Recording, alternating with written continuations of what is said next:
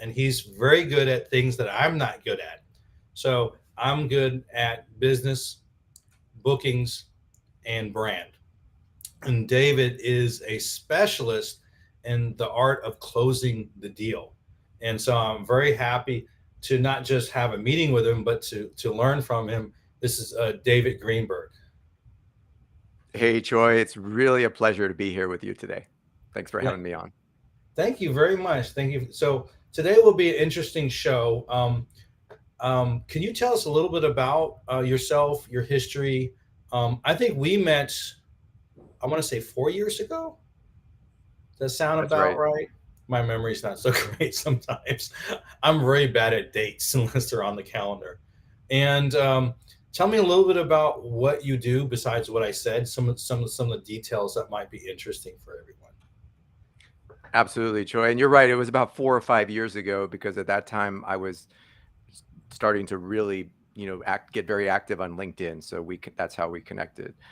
So just share a little bit more about myself. Just like you and everyone, I wear different hats, and I mainly describe myself as a coach, a consultant, an educator, and a YouTuber. Those are the four main things that I'm focused on. Now, in terms of coaching and consulting, a lot of it has to do with sales, and I Mm, have a pretty long history with sales. It's not the only thing I do, but it's a primary focus. And it's because I started selling at the age of 11 when I went door to door selling greeting cards and discovered that whole world of selling and basically being in business for yourself at a very early age. And that's kind of followed me through my whole life.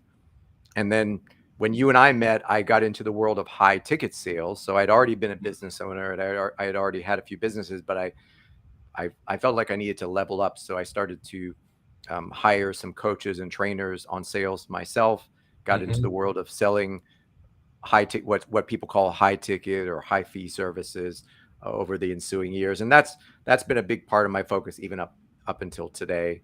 And then, like I Interesting. said, there's a few other things that I do as well. I have to thank Lisa for putting your information in there.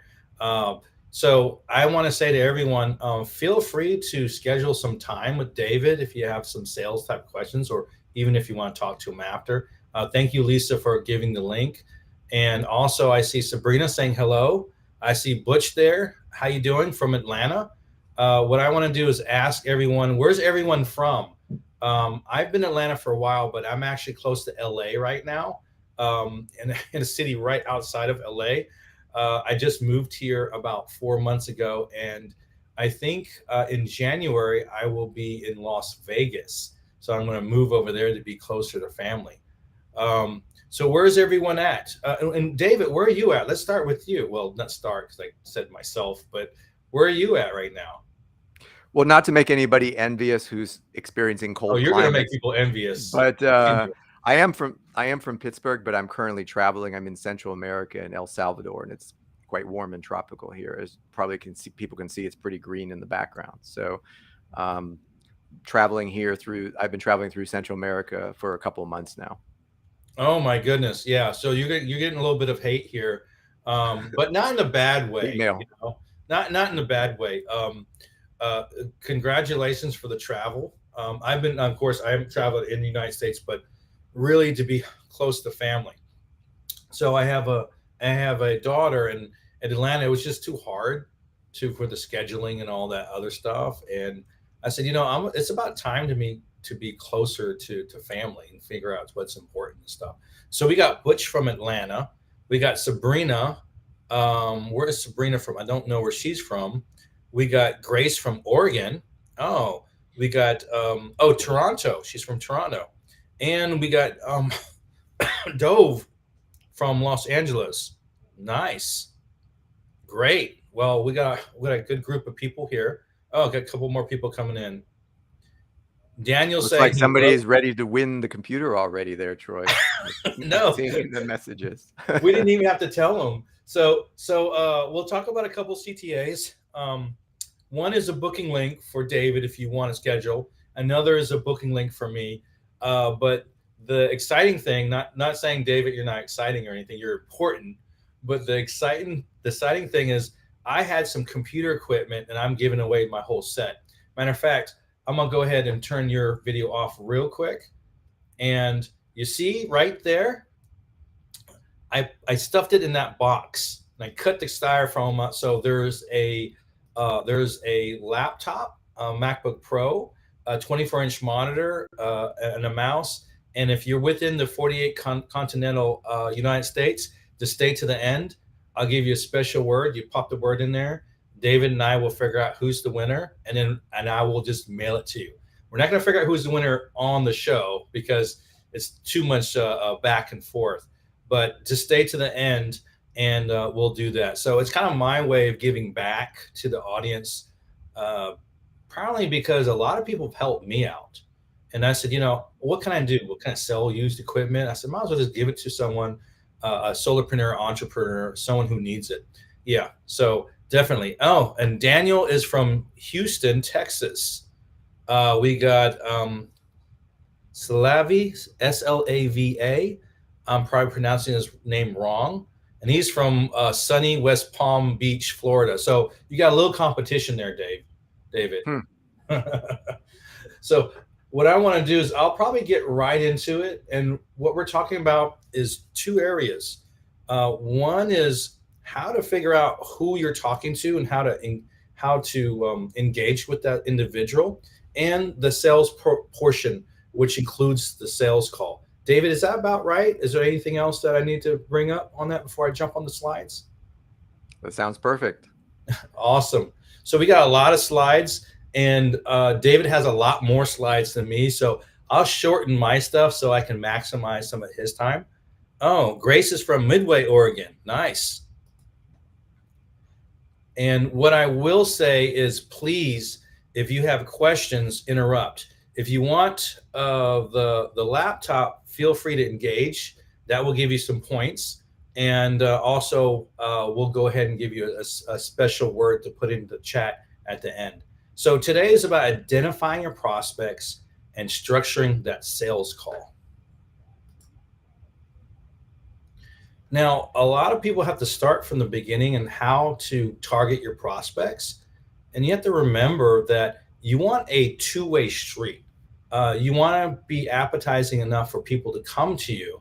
And you also want to be able to, when you reach out to them, when they take a look at your profile and the things that you're doing, that you're legitimate and you're someone that they want to actually talk to. So there's ways to having them come to you, and we'll go to that in a moment. So let's start with this. And David, what I want you to do is please interrupt me if you have any commentary. I'm definitely open to that. I'm not very strict on this, but I'm here as to support others and to actually learn stuff. But what I want to do, if I'm looking for a client, I want clarity. I want to figure out who am I serving specifically, and then who I'm not serving.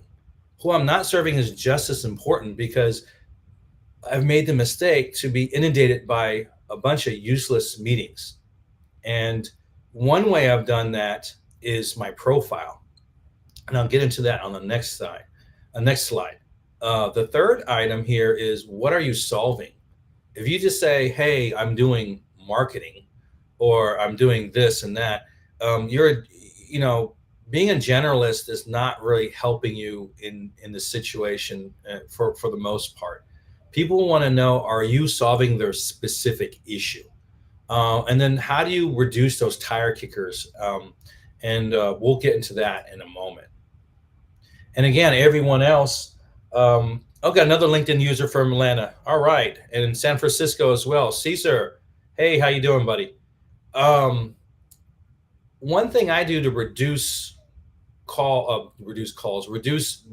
wasted meetings is I design my LinkedIn profile to pre-qualify.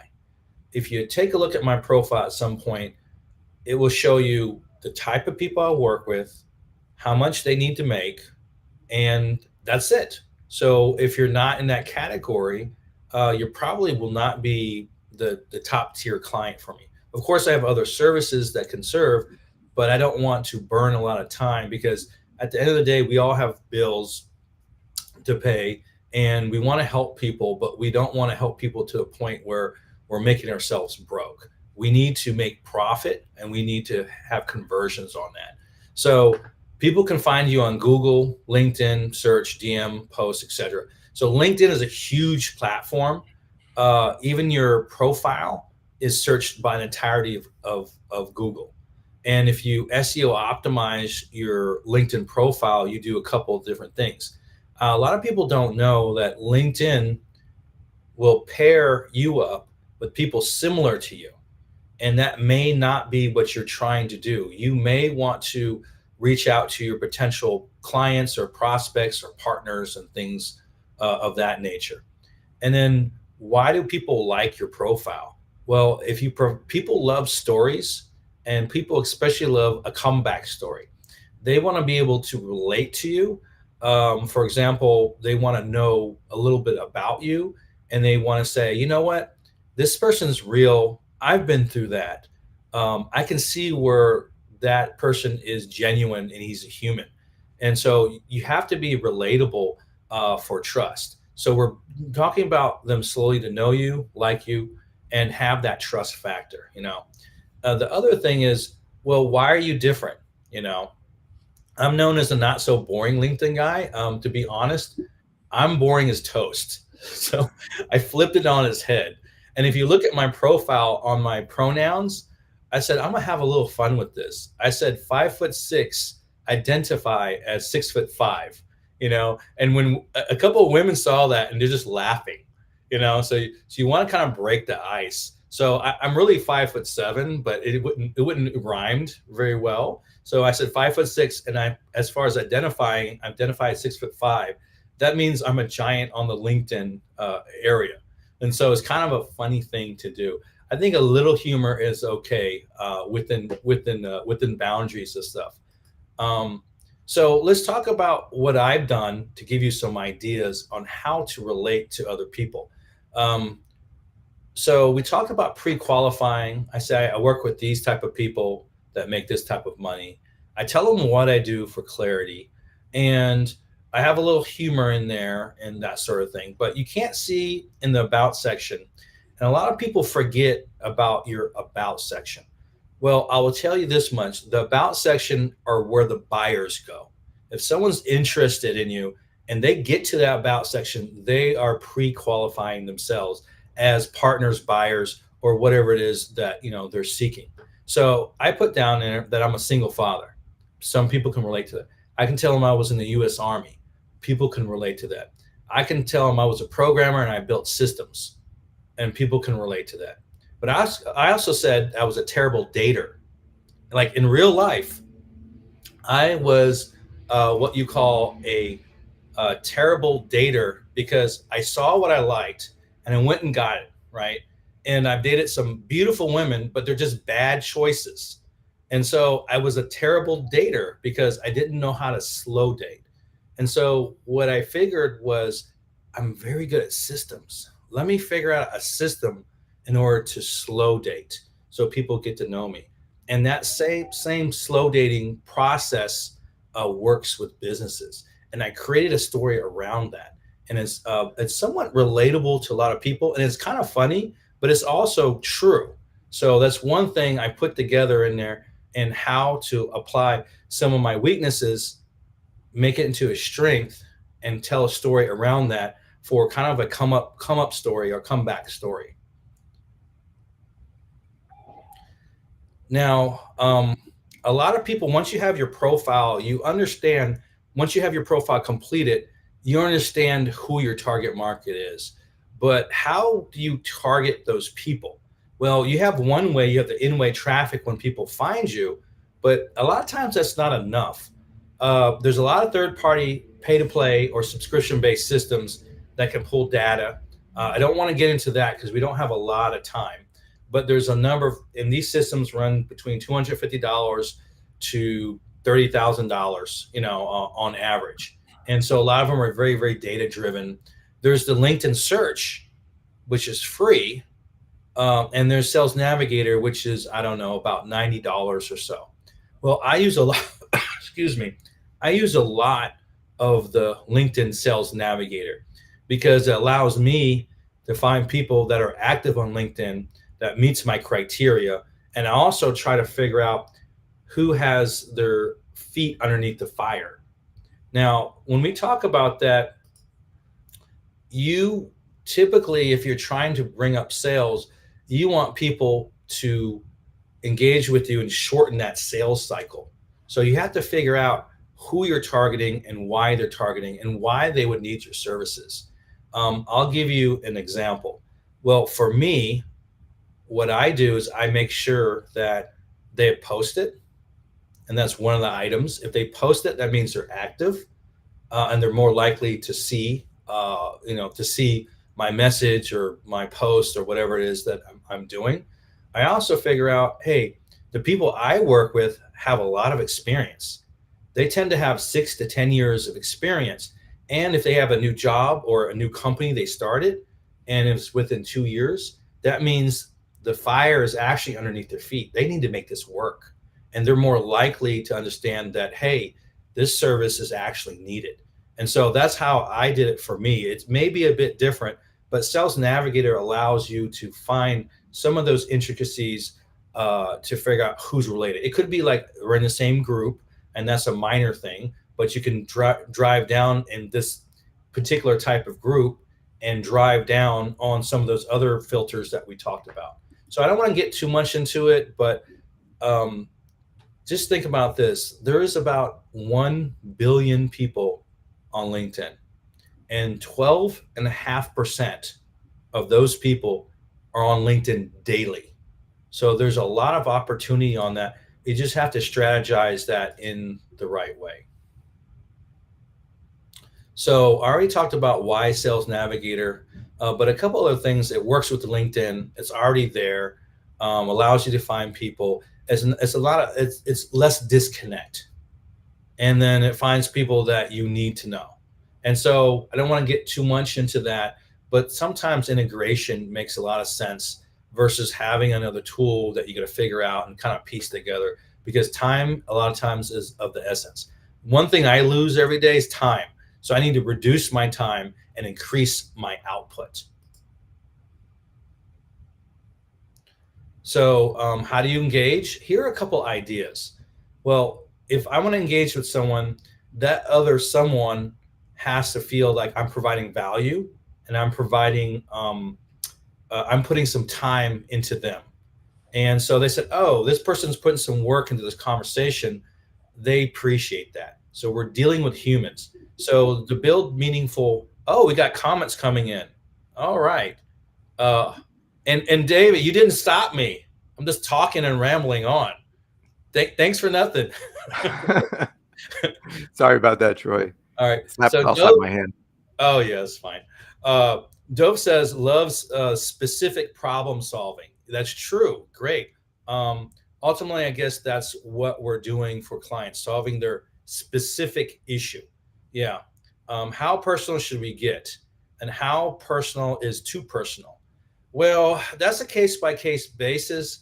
But I'll be honest with you, when I talk to prospects, they tell me just about everything. I mean, besides, I mean, if they're doing something illegal, they probably wouldn't tell me, but they tell me very personal stuff.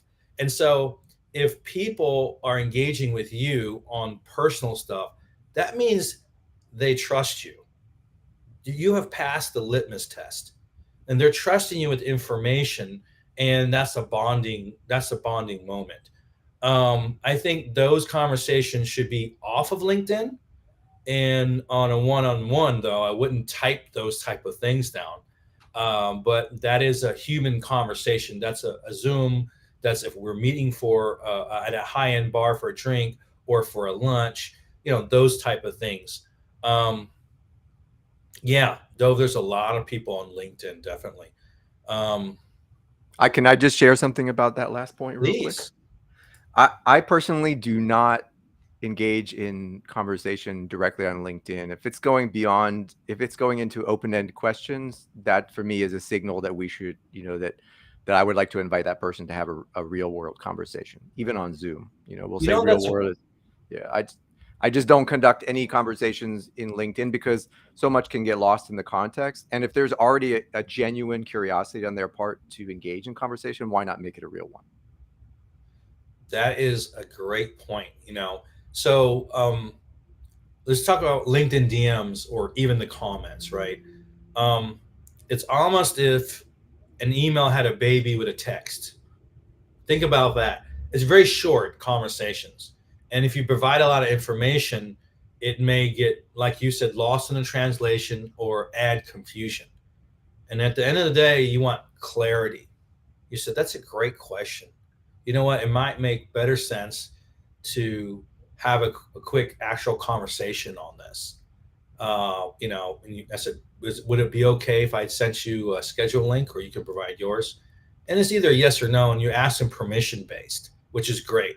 So you don't assume that they need to talk to you and just give them the booking link. People like to be asked permission Yep. to do that. So great point, David. Thank you very much. So here are a couple of ways to, and these are vehicles. So this is not how, this is just kind of what. So you might want to engage in their posts, meaningful conversations. Uh, and if they engage in your post, of course, you want to engage back. DMs, direct messages, they're the LinkedIn Messenger. That's what I'm referring to. In mails, which you have X amount of credits. And if they have an advanced account like Sales Navigator, chances are you can send them a free message. And so that's another avenue there. Videos can be done on posts or DMs, you name it. Voice memos are DM specific. Some people don't do very good videos, so they might as well do a voice memo that converts really well. Converts well. It also converts well. Virtual events like what we're having here. This is a virtual event. It's run on LinkedIn Live. It's run right now. It's running on David's LinkedIn Live. It's running on my Twitter. It's running on my YouTube. What other channels do you have tied to this stream right here? Yeah, and this is the first time I'm going live on LinkedIn. I didn't even know that I had that capability until I connected it. So I'm super stoked about that. I also have it connected to one of my YouTube channels and to my Facebook page. So you have 3 channels, and I have 3 channels. So we're broadcasting 6 channels at one time. And so that's pretty powerful because the chats stay in there. We can go back. LinkedIn does a replay. So on my replays, I always get 1,000 views on that. So there's some things to said for the live events. Newsletters, LinkedIn has newsletters as well. Networking events, those are live events. And then how you're providing value to them. I don't want to get too much into that. It's more on David's area there. And I think I passed my time limit, so I have a little bit of a quote. I always say gaining business is a byproduct of helping others. So I'll leave it to you, David, and just go ahead and tell me to hit next. And if you want to stop to share in order to talk to the audience, I'll do that as well. Awesome, Troy. And I just got to say, you're a great presenter, man. I mean, you did a great job switching the screens and going full screen. I mean, really great job on that. High value. Well, I can also robot dance a little bit, but not boring at all, right? I love it. Okay, so great. So hopefully I think this will dovetail really well into what you were just sharing, because if you think about it, it's kind of an end-to-end journey between the first time somebody becomes aware of you or your brand, all the way to the point where they actually decide, yes, I want to work with you. Yes, I want to be a client. So that is kind of a continuum. So I want to complement what Troy was talking about. I'm going to focus more on what happens when you're actually in a conversation with that person. So how to structure sales calls. Now, I mentioned in the beginning, I'm an educator, so I love to ask questions. So I'm just going to pose a question here. And obviously, you don't have to answer this to us. If you want to share your answer, that's great. It's more just for you to think about it. What is the purpose of sales? And you might be thinking, well, why is he asking such a basic question if I just want to learn how to structure my sales calls? Well, think about it. If in my experience, when we go back to fundamentals, when we have real clarity about what we're actually talking about, the answers just start presenting themselves and everything falls into place. So maybe just think about that a little bit. Next slide, please. I'll comment on that. One of the things that I think about sales is I feel as if it's the blood life of the company. You have a lot of things going on, but if you don't have sales coming in, you have nothing. So it's a foundational blood life, or I don't even that is. I just made that word up. I don't know if blood life is a word, but it's a lifeblood. Lifeblood. That's what it is. It's So that's actual what makes you lifeblood. not boring, Troy, is you tend to create these great terminology. Yeah, because I'm dyslexic. Please continue. Awesome. And I see a few people were commenting. So looks like Dove said solving people's issues. Grace said sales makes the world work. Nothing gets done without sales. Carol said something similar, to determine what the client needs and how I can bring value. And Troy said having dance battles. Great. Okay, back to the slides. Back to the slides. So quick anecdote. I started my sales career when I was 11 years old, and nobody put me up to this. Nobody said, David, you have to do this. It was entirely my own idea. I discovered the opportunity in a Boy Scouts journal at the time. And it just seemed like a great idea. So I got my start in sales at 11 years old, and I kind of threw myself into this whole scary world of knocking on strangers' doors and so forth. And one of the things I realized very quickly is that sales is not about convincing people to do anything.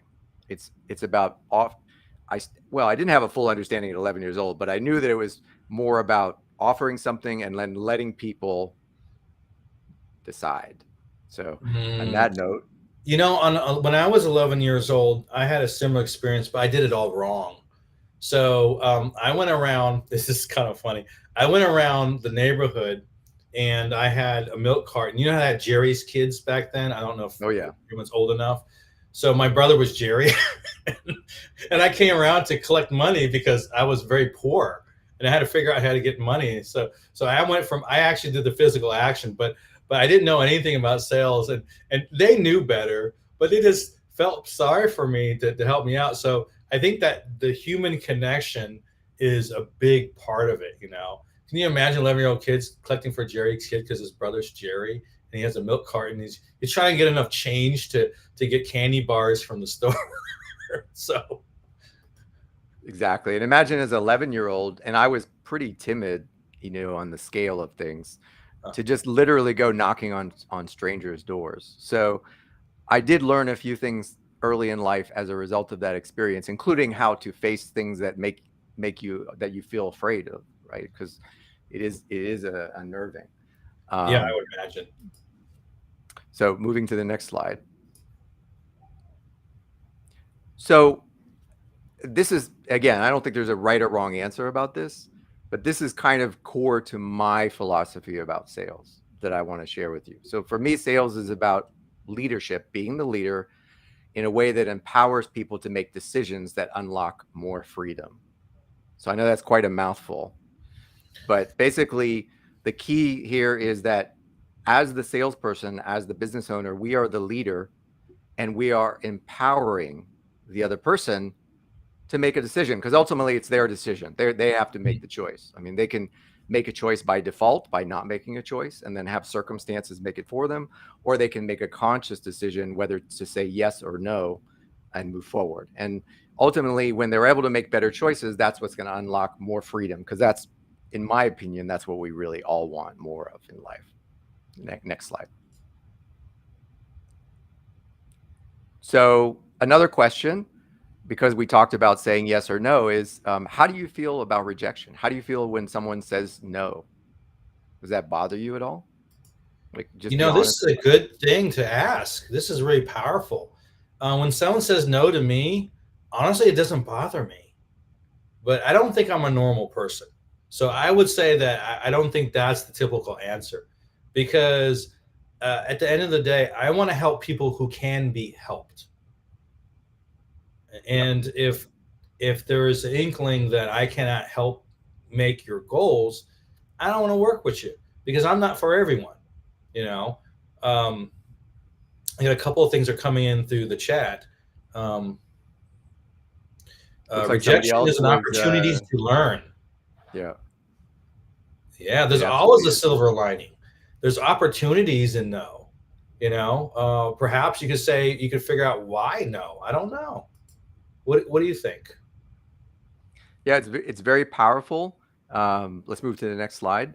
It's a very powerful, and I have actually fallen in love with the word no, and this is going to seem a bit contrary to some people, but let me explain a little bit. Um, I actually love the word more. I would say equal to. I say it here more than the word yes. Um, I like both of them equally. And because why do I like that? Because the person made a decision. The Mm, person made a decision, and this is what most people are struggling with. As if anyone who's taken more than a few sales calls mm. has probably identified that uh, I need to think about it is a symptom of a deeper problem, which is people are struggling to make decisions. And that's why I celebrate someone saying to me directly, "No, thank you. This is not for me. Or this is not the right time. Maybe later." But a definitive no, I think that's great. They were able to come to a decision, and we So can you don't celebrate like that. wishy-washy Yeah. conversations? Yeah, it doesn't do anyone good. I moved from Georgia, and great trees, good-looking people, but they're so friendly all the time, even when they're not supposed to be friendly. It's very alarming if you're not used to that. And so I grew up knowing if someone liked me or not. And when I went to Georgia, everyone was really nice to me, and so that felt a little wishy-washy to me. Yeah. So I can understand and respect getting some clear answers, and figuring out. Another thing too is, if they say no, you're not burning brain power. You're not spending energy on figuring out how can I present something that may convince them, or may have them realize that they need you. Because at a certain point, you need to cut off and move on, because you're missing opportunities if you keep on going back and forth on a prospect or a relationship that has no outcome. 100%. And I just want to address someone made a really good question, asked a really good question here. Dove asked, should we push after the no, or is it better to just sit back and wait for them to come back? So Hmm. uh, I'm going to give you my answer, but obviously I want to invite people to think about that because that's a really good question. The way I look at that is, again, my role as the leader is to help them to come to a decision. Now, that decision could be a no, and a no could even just be not now. No doesn't have to be forever. In fact, many times it isn't. It's simply like a not now. Um, so when you say, should we push? Well, what does that mean to push? Why would we push them? What are we trying to push them to do? Didn't they already make a decision? If they expressed a clear decision, why would we not honor that? Now, if they made a decision, because the decision ultimately falls on us to provide them, to help them get the right information, because we make decisions based on the information that we have, right? So this could be a very deep discussion, but I just wanted to share Yeah, it kind of sounds like a rabbit hole. yeah, it could really go. I mean, it's an important question, so I wanted to at least try to address it a little bit. I would not try to push anything. If it's clear to me that they made their mind up, I would reflect that back to them and say, I recognize that you've decided for now you don't want to do this, and I totally respect that. If you're open to it, we can leave the door open to having conversations in the future. If you feel like this is something you're not going to move forward at all, that's totally cool. I'm going to respect it. Because again, why would I need to try to push them? What would be the advantage of that? The Is worst client, is a client that you can't convert. So if they did say yes, and they're the type of person that didn't do the things they needed to do to be successful, it looks bad on you, because you can't do everything for a client. For example, I don't do the sales for the client, but I'll help them with the bookings. And if they can't get sales, I'm gonna lose them anyway. And so I have to understand the structure of what it is. And what I would say is, I agree with you saying, David. What I would do, and I like the tail part, keeping the door open. What I do is I provide some value at the end of the conversation. I see, well, this is your issue, and here's something that may help you. And then I say, I keep the door open, And more than often, I have people come back 6 months, 3 years later. It could be a long span, but they remember because they know that I took the time to try to help and solve their problem. And they just may not be ready right now. And so I had a call yesterday. Guy booked a call, and it was I just sent a thank you note for going to the show. And he booked a meeting. I don't remember from 3 years ago until he told me with I said, oh, and it snapped back. And then he may be a potential client now because 3 years later things change. And That's so right. I would definitely keep the door open, but try to provide something of value on the tail end. It's like having a good joke and then bowing and leaving. Yeah. They'll remember you a lot better.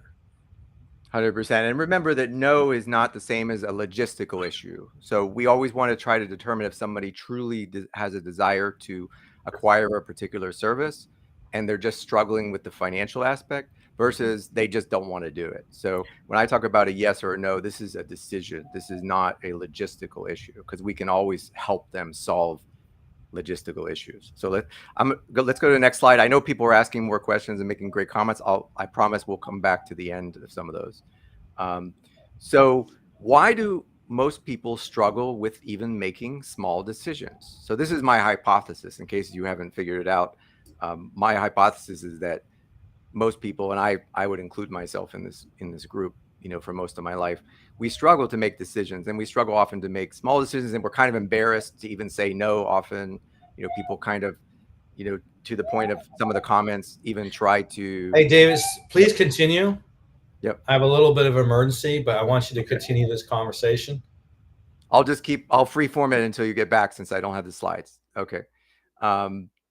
So in my slides, I was going to talk about this a little, but basically, if you think about it, and if you've been on more than 20 or 30 sales calls, you'll probably know exactly what I'm talking about, is people really struggle to make decisions. So I think this goes back to my philosophy is I want to focus on empowering. Oh, I hope what I was saying didn't upset you. Hope she's okay. So basically, I didn't realize that my talk was that jarring. So we want to, we want to help people make decisions. So let's go to the next slide.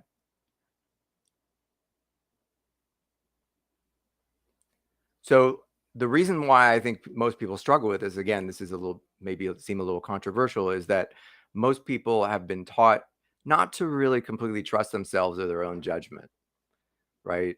So there is kind of a doubt. We can call it an unconscious programming of doubt going on in the subtext. Because if they had more certainty, they would make the decision, and then we would have to figure out logistically how to make it happen, because the decision is not the action itself. The decision is, I want to do this, and then the action is do. Okay, ABC, here's what I need to do to make this happen.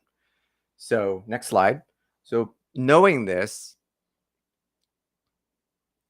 what could be your number one goal when you're meeting with someone on a sales call? Again, this is just my approach for your consideration. This is how I approach it. It's not necessarily the same philosophy as every other sales trainer or expert. So what do you feel, based on this conversation, should be your number one goal when meeting with a prospect? Next slide.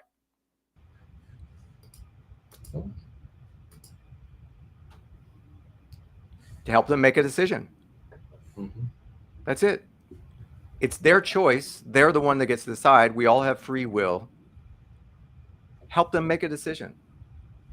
And you know what? If you can do that, guess how you're going to, what are you transferring to that other person if you can do that? If you can help them, you're not doing it for them, but you're facilitating that in the leadership role. So what do you think could happen? You're empowering them, right? You're empowering them. Thank you, Dove, for that comment. I appreciate that. Dove said, that's genius, worth the entire seminar. Yeah, I mean, when I realized this, it was a game changer for me, because I struggled on both sides of the fence. I struggled being the prospect and making decisions, of course, like we all have. And I also struggled tremendously as the sales professional, when I saw people struggling so much to make decisions, I was like, what is going on here? I mean, all they have to do is decide. What could be so hard about it? So I've been on both sides. And when I kind of put this all together, it was, it was kind of a mind blown moment. Next slide. So you, meaning you, the business owner, the sales professional, whether you're selling your own programs or someone else's programs or some part of that process, this is where we tie into the structure. So you can facilitate this by leading the call. So you are now a leader in the call, and the leading call means that the call requires some kind of structure. Next slide. So it's not just a casual conversation that's unfolding however it will go. So my next question for you, the participant, is how many of you, and be honest here, how many of you are framing your sales conversations at the beginning of the call? You know what? Could you define that? Yep. Framing the call means that you are explaining in a few words. You're asking for permission to explain to the other person how the call is going to go, right? So it's all permission based. And so it usually starts off with something language like this. So Troy, if you're okay with it, I'd like to just tell you a little bit how today's call is going to go. Does that sound good? So, and then you say the purpose of the call, or what I'm going to do is I'm going to start off and ask you some questions. And the reason I'm going to ask you these questions is it's really important that I have a good understanding of your current situation and your goals with respect to whatever it is on offer. And once I have that clarity, and if I'm certain that I can help you in one way or another, I'm going to explain to you exactly what that looks like to give you an opportunity to decide if that's something you want to do or not. How does that sound? That's a very generic frame. And obviously there are many different ways to frame, That's but pretty that's good. basically what It's pretty what a good, frame. David. I would say that, and I'm probably doing this wrong to let everyone know. So I'm not the sales expert, but a lot of my meet and greets are pre-vetted for an open conversation. But my second conversation are aligned more of what you've said. And I don't know if that's the best way to do it or not, but that's kind of how I do it to get the clients I have. So I always like to have an open conversation so they feel comfortable in expressing it. And then I like to put those thoughts together in a recap. And then when I have the second meeting, it's very aligned at that point. Sure. And there are many different ways to do that. I think the most important thing here that I wanted to emphasize is however you do the frame, you want to, it's important to frame the call. Why? Because think back to what I said a few slides ago. Why is it important? Because you are the leader. You are the leader. It's not, you're not trying to control anyone. You're not trying to make decisions for anyone. You're not trying to convince anyone to do anything. That's not what this is about. But you are still a leader. And they came to the call looking for help with something. So they are looking, even if they won't come and say it out loud, and many people won't, they're looking for leadership. They want leadership. They have a desire that somebody help guide them towards what they need to know in order to make a decision, and helps empower, even if that means empowering them to make a decision. So when you frame the call, it's actually one of the most important things that you can do that most people are not doing, that if you were to change this one thing is going to make the biggest difference, right? And obviously it has to be your authentic voice, right? So someone mentioned I have a soft frame. As long as it's your frame and you're taking control of how the call is being run, then it's a frame, right? If you're not Grace, doing do you that, mean you have an elegant way of doing your yeah, frame? Is that what that means?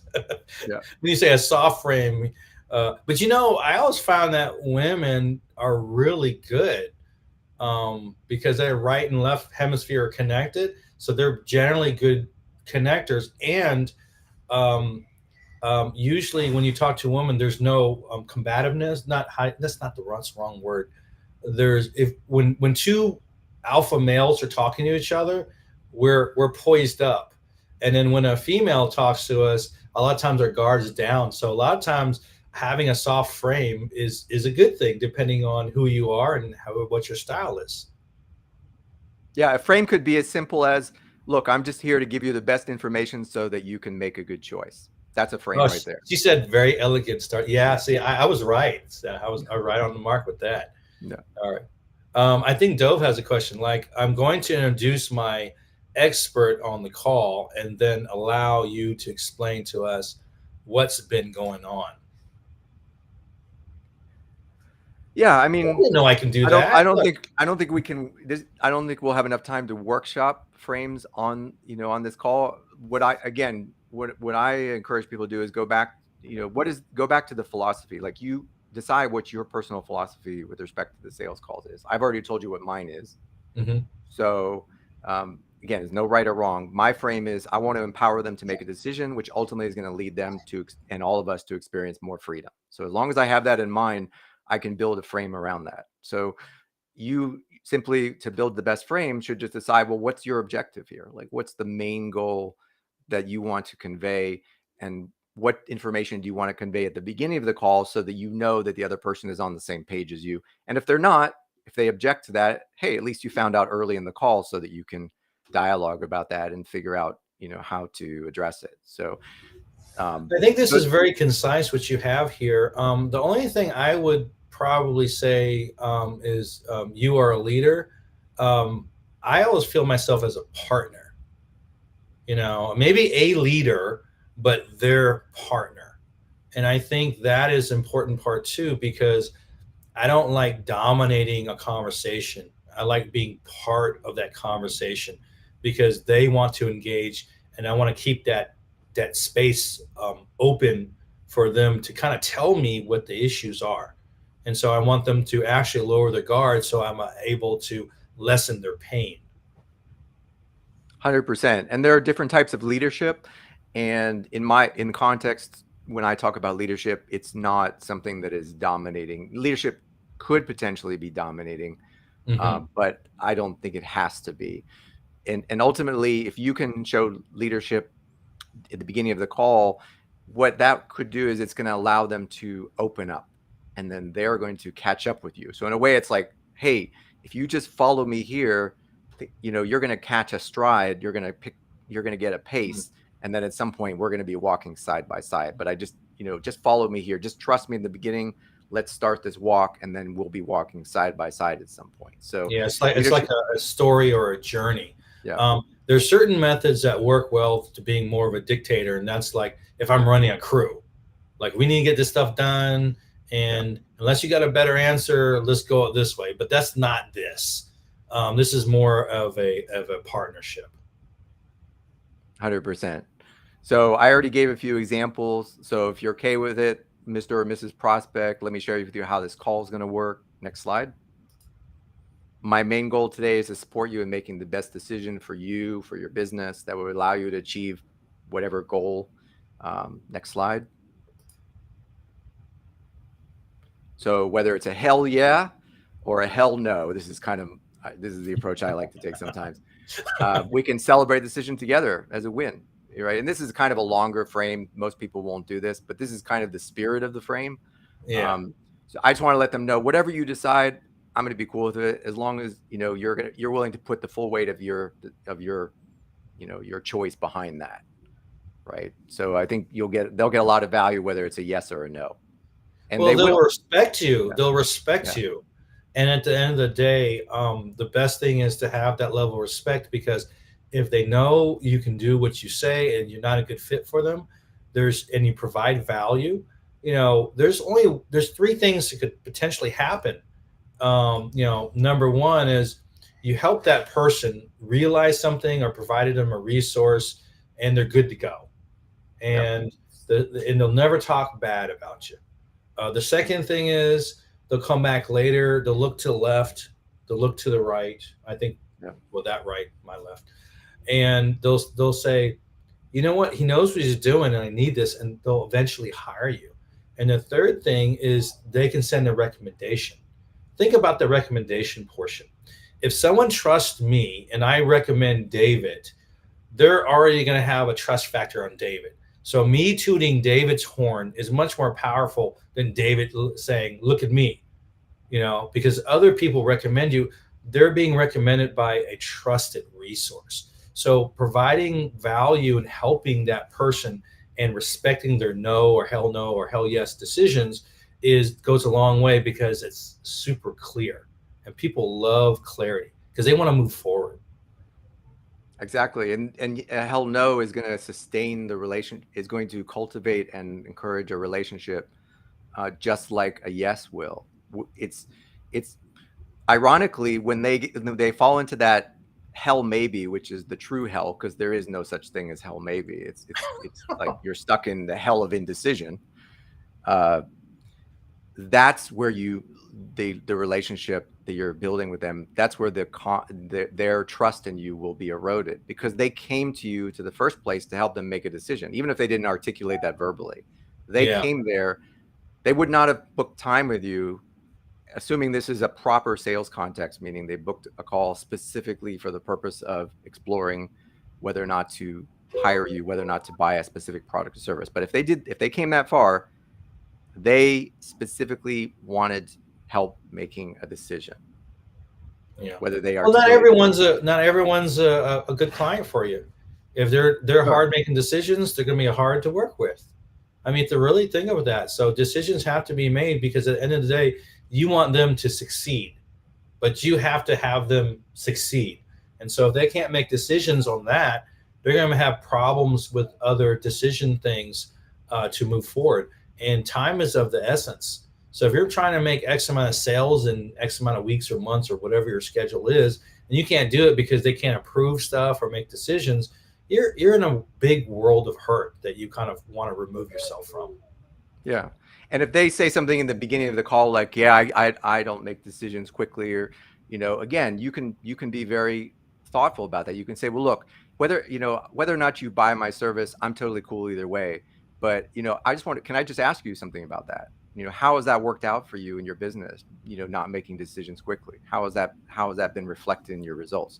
So you can put a proper level of pressure back on them that's not designed to get them to try to trick them or strong arm them to buy your service, but to really show them, hey, are you really benefiting from being indecisive, or is that actually creating more problems than it's solving? So that's a proper level of pressure. And they may, quote unquote, hate you in the moment or feel angry, get angry. They'll Well, probably because come back. they're not used to being talked like Yeah, that. they'll probably thank you, They'll throw several. them off for a quick and like, he was right. Yep, They'll thank you later. They'll say, yeah, exactly. he made sense. And they may I never didn't come like back how and he thank rubbed me the you. wrong way, but Yeah. They may never come back and thank you personally, but it will, if they were paying attention, it will positively impact their life. So, that's a good one. per Dove's question, definitely make it authentic. Write it out the first time. If you've never done it, practice it. It's like everything in life. The more you practice something, the more natural it becomes. Oh, So I'm definitely writing it out. I have your slides, so I'll go ahead and break that out because I'm hearing this, and I don't think there's anything necessarily wrong with my format other than it could be tightened up. And that is very important for me. I said, you know what? I need to tighten that up, so that's what I'm getting out of this. What if awesome. indecision can be indecision can be painful? Definitely. Sure. Because when we don't make choices, they're often made for us by default, by the circumstances that we find ourselves in, and those may not be favorable for us, and oftentimes they won't be. So ultimately, so we're talking about the structure of the call. So once you frame the call, once you've got that out of the way, you just want to all you need for them is to acknowledge, yes, I agree with that. Like, that sounds like a good approach. I'm bought into that approach of the call. And then you just move on. And then the next step is you just show genuine curiosity and start to dive in and really understand what's going on. Like, what had them getting on the call with you today? Yeah, I mean, that's what comes after the frame, and it's a very nice process, because once you have their buy-in on how the call is going to go, everything after that's going to flow much better, right? Because they now know what to expect throughout the entire conversation. Yeah, I had a call today, and it was for a service I wanted to do. So I don't do like PPC paper. I don't. So I'm curious on some of those things, and I explained it to them, and it's like, oh, okay. And and they told me that I wasn't a good fit. I appreciated it, but my takeaway was, you know what, I'm still going to provide value to this conversation, because I know two people that need PPC, and if Yeah. the prices are right and they're making sense, it might be worth running an introduction, because that way I could at least provide value to that. So I appreciate when they tell me, like, oh no, you do a lot of B2B. Well, coaches, not B2B, but most of my stuff is B2B, and we do all B2C. It's not really my field unless you're a high-end coach or something. So I really appreciate that. But my thing is, how do I provide value at the end of that conversation? Because the relationship could go on. They could send me a client later. Their salespeople could use. You know what? Maybe we should use LinkedIn to do this stuff. And it doesn't take a lot of energy. It's a minute piece of energy to run that introduction to someone that has a service that needs a service. 100%. 100%. The time that we're investing in doing this is going to pay dividends, regardless of whether they buy on that call or not. So let's say you go through the whole call process, and we're kind of doing this a little quickly just because of the limit of time. But let's say you did a deep dive and you are in a position to help them. So in other words, they're basically giving you permission to offer what you have to offer. So what should you do next in that case? So again, question to This the is a audience. question to the audience. Yeah. What should you do? So just to make it clear, you've gotten all the way through the discovery. You've already decided as the coach or expert, as the business owner, that you can help this person, and you've asked them, would you like to hear more about how it can help you? So what comes after that in the sales call? So question to you, and then we'll go to the slides, of course.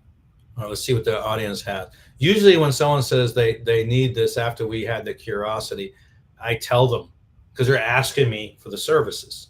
And I said, you know what? I think this may work out for you, and it's structured like this. And I give them an overview. And so they can understand the general idea of what that service is. And I run a recap and to make sure they're okay with it. And then we just close the deal. I don't have contracts. I have agreements. So I have a DocuSign for the agreement, and then I have the Stripe or whatever services you would have for the payment. So I separate those two. I always require a digital signature. So I structure it pretty simple, and I go high level, then I break down into the minute details. And even after we start, there might be a little bit of changes depending if their needs have changed or whatever. Is that Absolutely. too much? Is that too much?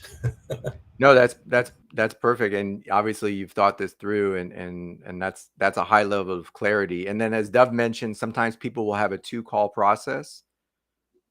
I generally do a 2-call process because a lot of what I offer is very bespoke. So I'm not always in a position to make a specific offer on the same call. But if you have something that's more out of the box, then you can certainly do it all on one call. So, I mean, again, there's not one right or wrong answer about that. So let's go back to the slides and see what I had there. So next slide. What I like to do, and this is again after, so you frame the call, you did a discovery, you asked for permission to explain how you can help them. You kind of went through and explained the A to Z of how that works, and you got to that point, and they're like, yes, how do we do this? I'm really, they could almost be eager at this point, and if you've done a really good job and everything was very clear, they may actually be leaning forward and saying, well, how do I get started? Right? They could be very enthusiastic at this point, potentially. What I like to do, and again, this is not for everyone, I like to slow down for a minute and just say, that's great. But I also have a few criteria that is important for the clients that I work with. So, and then I like to talk about the commitment I look for, the coachability, professionalism, trust, communication, things like that, timeliness, accountability. Again, these are not set in stone. So each person will decide, each business owner or service provider will decide what are the values. And this is where you get to be picky. Because again, you're not here because you're needy. You don't need them. You don't need them, but you want to be of service. Like you have a desire to be of value, to be of service. But in order for it to work, because this is a service, and Troy, I'm sure you could talk about this at length, there has to be a good fit, right? It has to be a good fit client. Yeah. Well, And usually what I tend to do, I had the two call process more yeah, so, and that meet and greet. I determined some of those commitment, coachability, kind of prior, on that first call, and so I would probably try to vet that out previous to the second call. So I do a meet and greet and I do a business call, a decision making call. But yeah, these are very important things, and I apologize for not bringing it up. I just thought it was kind of baked in there, but that makes perfect sense. yeah, and even if you've already in your own mind concluded that they seem committed and coachable and professional and all the things that you would want, sometimes it's good just to do a little verbal handshake and say, just want to confirm like that you're really all in here. So, just it's always good to reinforce that because it'll flesh out any last minute hesitations or doubts, because you really don't want someone coming in like when I coach, when someone enrolls in my coaching, I don't want them coming in with, they may have doubts about, still have some doubts. It's natural, but I want them to be fully committed to the process. And if they're not able to fit that bill, then I can say, look, it sounds like it's going to be no for now, which is a very empowering thing for you to say as the salesperson. It sounds like it's going to be a no for now. And I'd also like to leave the door open for if something changes, and we can always revisit this in the future when you are ready to commit or be coachable or whatever it is. And that's a very empowering statement, because now it's putting the power back into their hands to decide. Again, it's all based on, it all goes back to the core philosophy. So when it comes to making the actual offer, if they did decide to move forward, I like to keep it super simple. Again, this is for coaching. It may be slightly different if you're onboarding someone into a service. I said, great. Please open your calendar. Let's pick a time for our first meeting together. All I'm going to need you to do is to make the $5,000 payment in full before we meet. And please remember there are no refunds. And then I shut up. And that's it. If they're I truly love ready, that. if I they're love truly that. ready to go, there will be very little resistance. There might be some logistics, can I split that in 2 payments because of my credit card? That's just a logistical issue. That's not a no. That's not an I need to think about it. That's I really need to make this work financially, right? Mm-hmm. So One of the things too is, what do you do? And I'm throwing a curveball at you, David. What if they need your service and can't really afford it? And I have an answer for it, but do you have a service that would be helpful for them, or what would you do? Saying this guy has a potential of making it happen, and he cannot afford that particular service that you're offering at that amount of money. What do you? And the ball is put in your court. How do you handle that? Excellent question. Excellent question. Obviously, within the conversation, I might handle it in a very specific way, but I do have 3 general tools in my toolkit that I can draw on to make things easier. Love So, to hear it. number 1 is for sales coaching specifically. I always offer everyone a free sales call review so that they can try out my service without paying anything. So, all they Try would before you buy. Got it. Yep. And I always offer that. Offer is always on the table for someone who has not yet become a client. And even if they never become a client, a paid client, it doesn't matter. I'm still going to give them that value. So that's one thing. For coaching specifically, I always offer a free 2-hour coaching session, which is, my sessions are always 2 hours. That's just the way I do it. Mm-hmm. A free 2-hour coaching session, again, so they can experience what it's like to be coached by me. And if they have any doubts or hesitations, or they feel they're not going to be able to afford it, whatever is going on in their mind with respect to the finances, it takes away all the pressure of that for a moment and allows them to experience what they can actually get from working with me, which will then probably allow them to be more resourceful. If they want to move forward, they will probably find a way to invest in that, or they'll just get the most value that they can from that experience. And then I Well, have, also, I mean, the benefit of that, I don't know if I would give him 2 hours for it. That's something that you would do. I wouldn't, because I charge for time beyond, a reasonable, what I consider a reasonable amount. But I think that if they did learn something from that 2 hour thing, there's opportunity later, because they yep, helped me get to a certain point, and I'm able to make enough money. Now I can afford David. So that sure. that that makes sense. Speak of, if you want to book a time with David, type in David in the chat, and if you want to book some time with me, just type in Troy, and we'll follow back up with you via DM or whatever. I forgot to mention it. That was actually part of the scripts. I forgot to do that. I'll go back to the slides. Yep. And there was just one other thing, because based on your question, which was a great question, the third thing that I can do is, or the third thing that I do sometimes to take the pressure off, is for consulting clients. This is more for consulting clients. Uh-huh. Obviously I can work with a certain number of clients at the same time.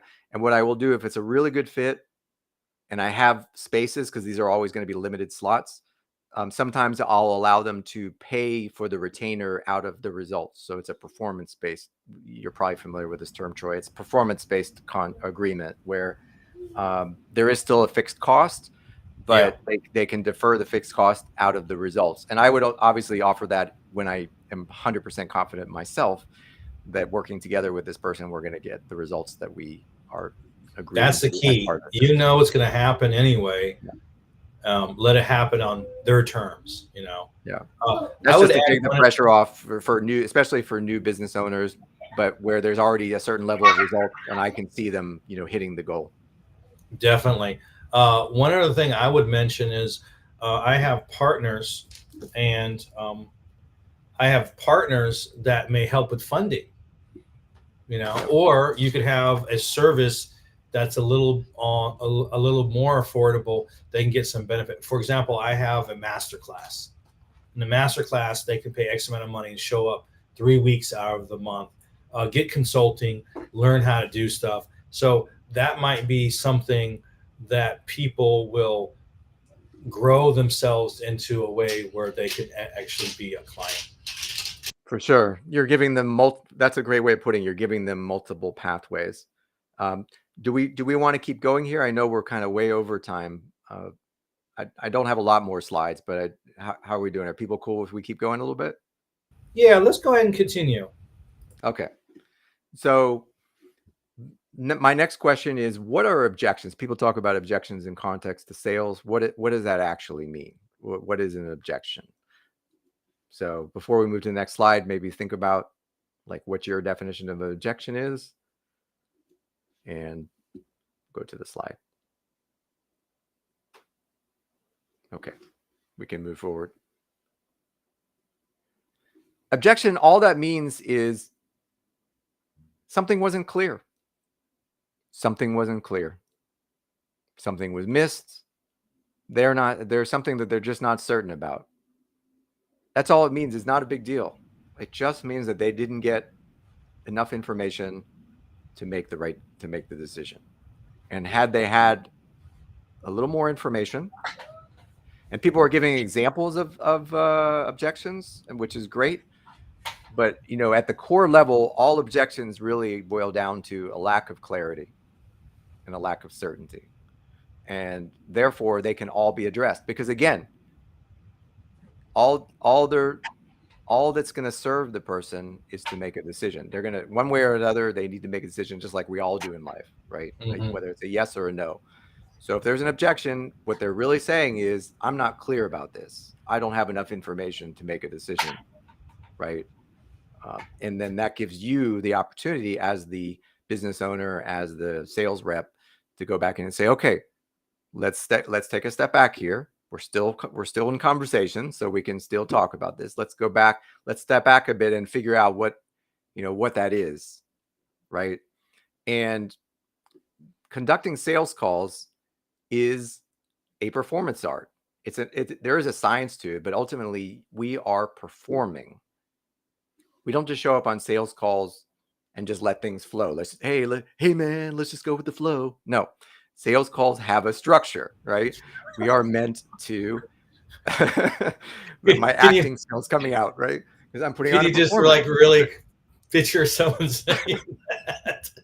Hey man, how you doing today? Can we talk about doing business? It's a performance art. You know, in life we perform. There are many different types of performance. Actors are not the only ones who perform, right? And it's not incongruent or what's the word I'm looking for? It's not inauthentic to perform. Performances can be very authentic. Think about your favorite music performance. Yeah, it's So about doing a good job. yeah, That's exactly. what it is. I want to Yeah. do a good job, and I'm not perfect, and people will see my flaws, but they know that I'm putting effort into it, and they know I'm being honest about it. And they know I'm being sincere, and they know I can do what I'm saying I'm doing, and that's what it comes down to.